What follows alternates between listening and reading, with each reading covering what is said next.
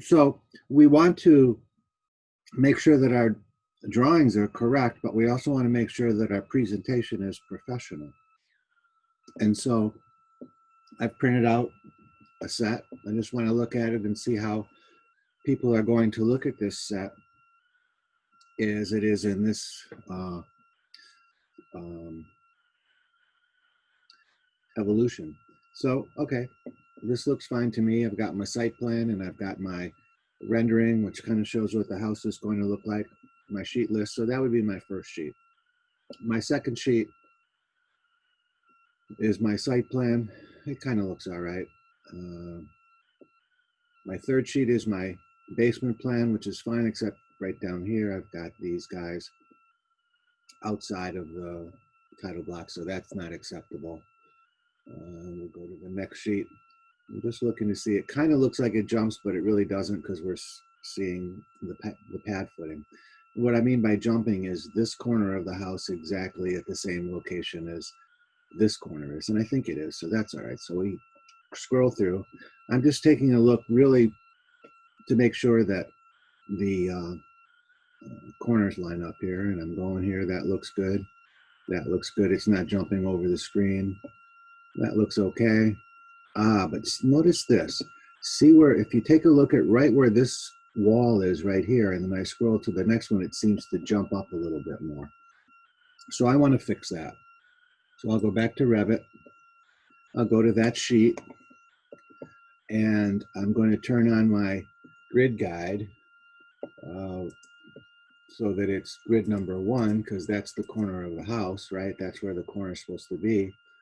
And here's my grid guide, and here's my intersection of those two.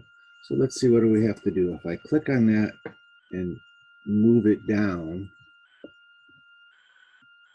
let's see what happens when I go back and print it out again.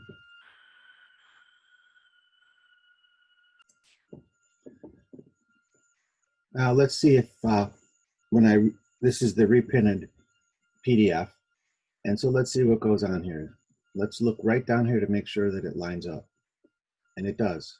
See how nicely this house is not jumping across the page. And so we make a great effort in order to draw professional drawings. And then we also want to make a great effort to make sure that our presentation is professional. And using the grid guides, they are professional. So when I get your final submission, this is what I'm going to do. And your PDFs is I'm just going to look at it and see, does it in fact jump all over the screen?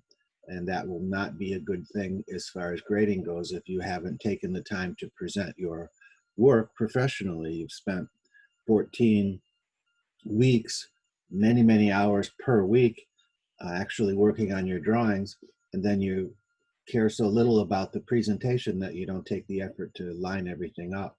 So it's very important to make sure that your final presentation shows all of your work and all of your work is aligned. So see how this doesn't jump over the page, and we want to, as we present our work, we want to make sure that it looks really, really professional. If this jumped all over the screen, that would be an embarrassment in the professional world.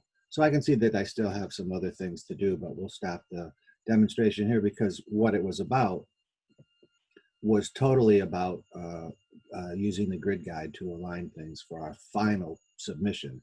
And the last day of class, when you submit your final presentation, you want to make sure that it doesn't jump all over the screen.